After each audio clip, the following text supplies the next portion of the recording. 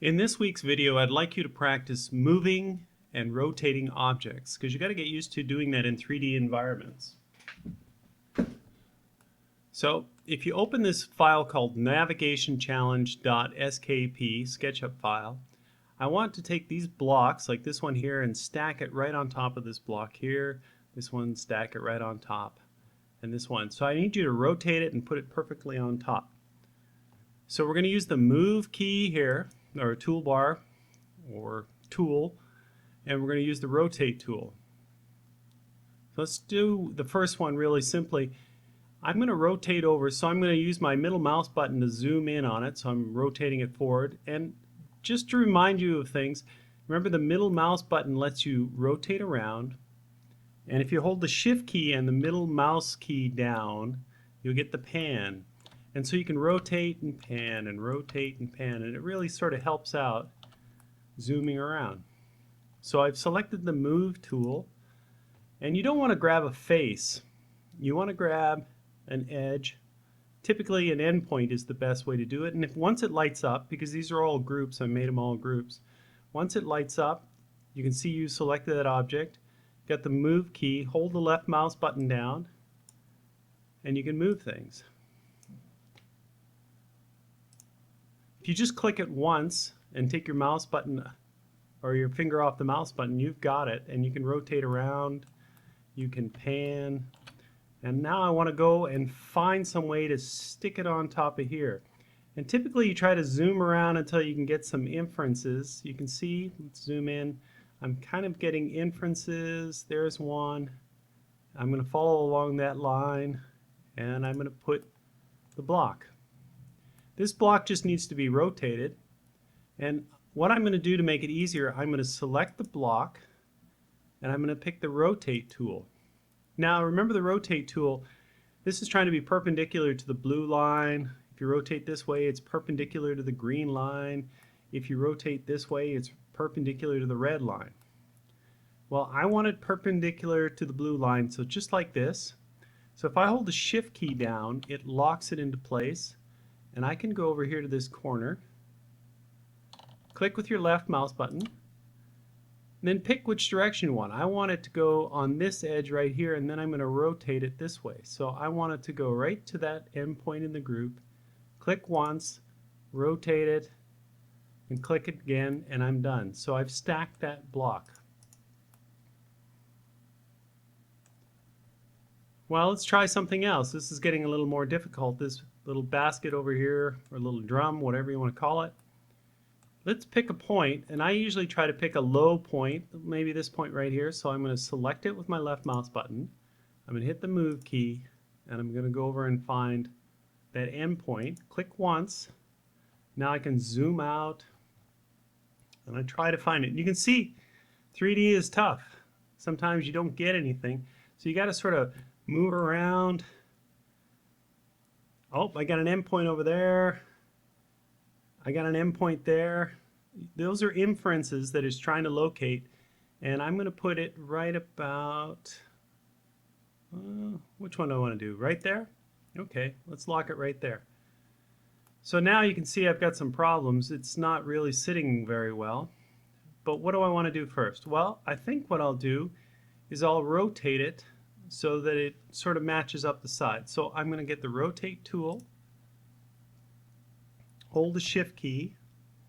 I'm going to take this edge right here, and I've clicked once. Now I want this edge. Now if you look at it, it's actually going along the face, but I want this end point, and then I can click once and rotate it to this inference line. So if you look at it, I've rotated it so now it matches and lines up. Okay. Remember, this rotate tool is trying to figure out which axis you really want to work. Now there's one more thing you can do.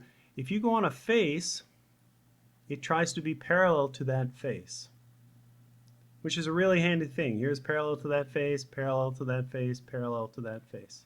So I do want it parallel to this face, and I'm going to hold the shift key down, and I'm going to go up to here. So let's zoom in a little bit, because all I really need now, let's undo this, I just need it to come down. So I'm going to hold get this face, hold the shift key, go to this corner, click once on that point there, and just drop it straight down. And now I've matched that edge up, and all I need to do now is rotate this down. Now we got one more trick up our sleeves. To rotate that down, I want this edge again, so I'm going to hold the shift key. I'm going to go to the center of this line, the midpoint in the group. Now here's the tricky part. Hit the left mouse key and hold it down, and then just drag it to the corner. And it's a little hard to see. Let's see if I can spin it a little bit.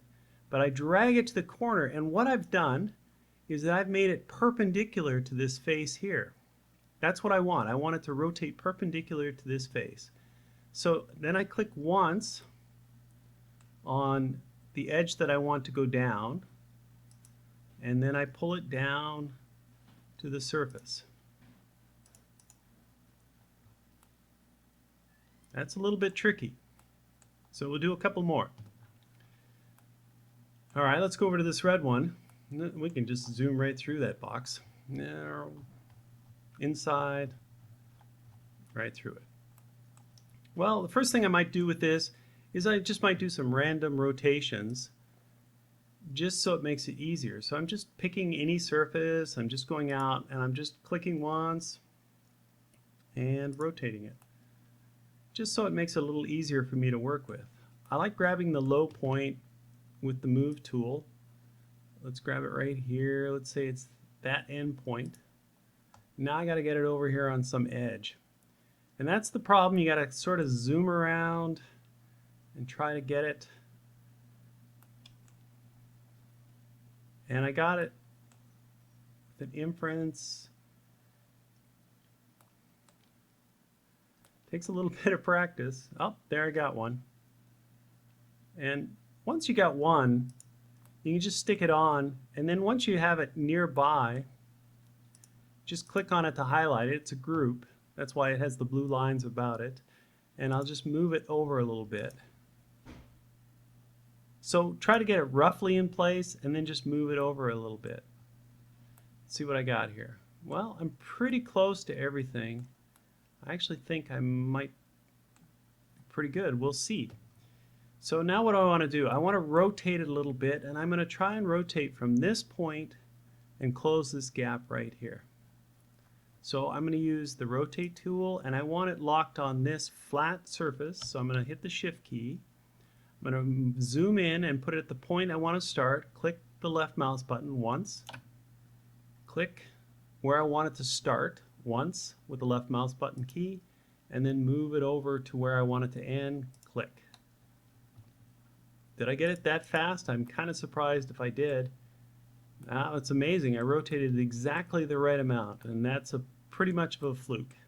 And why I'm saying that is if I wouldn't have it completely on top, let me just move it down a little bit, you'd have something that looks like this. You'd have double lines. But I think, let's undo. If I zoom around, I think I got everywhere perfect. And that's a complete fluke. I rotated it the right amount to make it flat and put it on. All right, let's try the green one. It's kind of rotated kind of funny. So again, I'm just going to rotate it. Well, I don't want to do this surface. I'm just going to pick that direction, hold the shift key down, maybe go in the center of it, and just rotate it, something like that. Then I'm going to switch this direction. I want the green axis, hold the shift key, click in the middle of it, and rotate it down. And it's getting better. So let's grab the move tool, grab a corner, and try to make it get to that corner. Well, that was pretty good. So one of the things that can happen if you're using the move tool without selecting any of these groups. So watch this. If I use the move tool and I want to put it on this surface, I'll shift key, I'll hold it, go to this corner, and I'll go out to this corner because I want to rotate it. Oh, see, I've got the wrong one selected, so sometimes it tries to guess which one you want. I like to click right on the cube and say that's the one I want to rotate. Grab the rotate key. I want to rotate it with this, so I'm going to hold a shift down, go to this corner, go to this corner, endpoint and group, and you can see what I want to do is I want to rotate it that little bit so it lines up. So I'm going to rotate it to that inference, and right now it's perfectly right over top of it, I think. Right? So all I have to do now is rotate it down. So I want this surface, hold the shift key. So when you see it black, that's a surface rotation. One click with the left, one click with the left, rotate it down, and I closed it up. Now I want to rotate this down 90 degrees to this corner. And again, watch what I'm doing here. Okay, so I want to close this gap down. I hold it on this one here, and this is the face I want. I hold the shift key, I go to the midpoint, one click with the left mouse button, hold it down, and then drag, let's see, I got the middle, drag it, oh, I gotta let go of the shift key. Let's do it all over again and try it again. Select this one, rotate, hold the shift key,